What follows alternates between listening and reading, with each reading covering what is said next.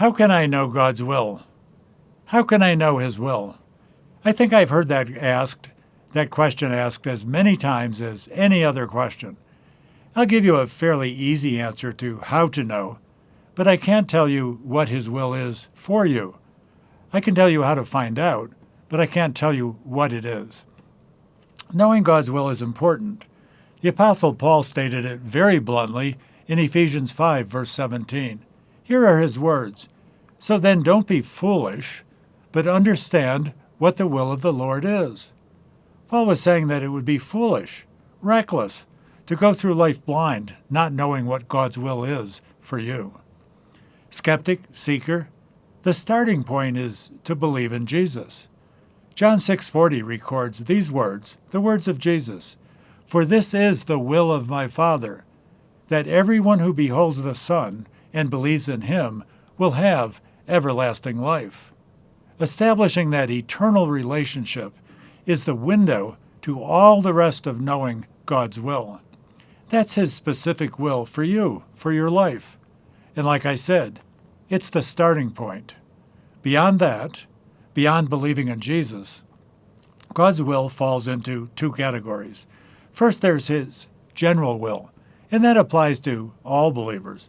It's revealed in the Bible in commandments and principles. His commandments are easy, fairly easy to understand. Here's an example, a quote. For this is the will of God, that you abstain from sexual immorality. That's from 1 Thessalonians 4, verse 3. And then there's the command in 1 Thessalonians 5 to rejoice always, pray without ceasing, and to give thanks. For as it says there, for this is the will of God for you in Christ Jesus. There are many clear commandments like these in the Bible. And second, there are principles to follow, sort of generalized commandments that are lived out in different ways by different people. Luke 16 talks about the principle of stewarding our resources. Luke 15 is about seeking lost people, and Luke 14 gives some of the principles of being His disciple.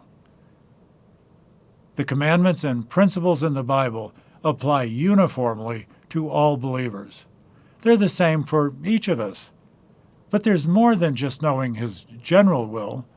We need to understand His individual will, and that varies from believer to believer.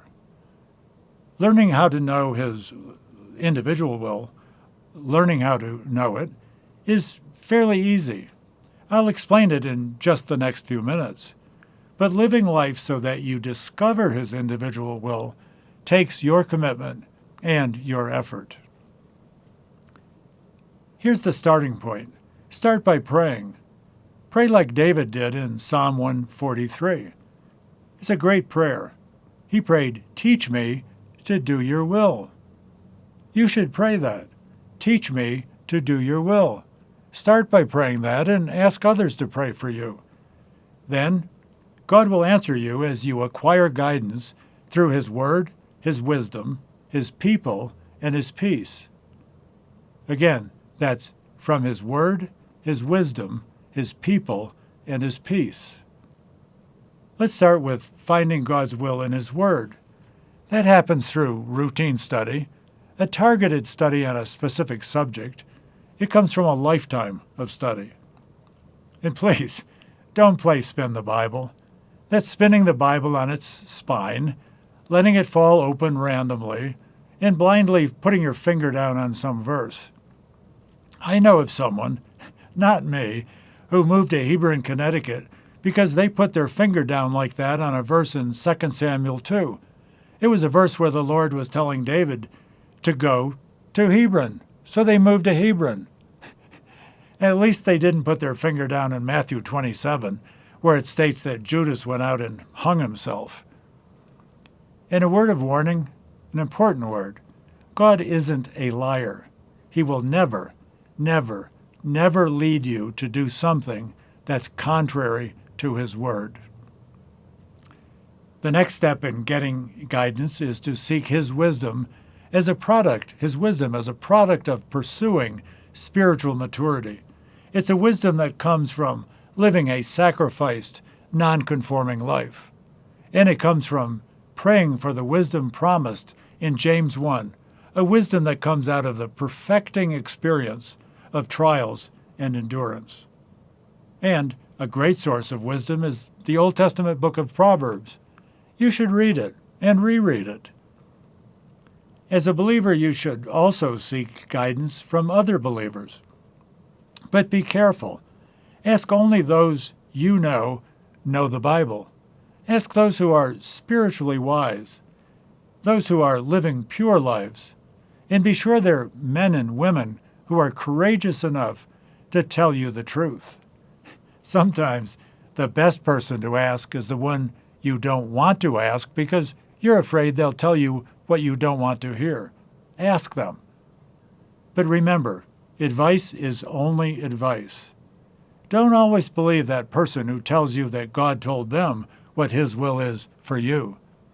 Other believers can give you insight, needed insight, but it's not their job to run your life. Seek guidance, seek consultation. Proverbs 15:22 states it well. Without consultation, plans are frustrated, but with many counselors, they succeed. Just be sure that you seek counsel from mature believers rather than from immature believers.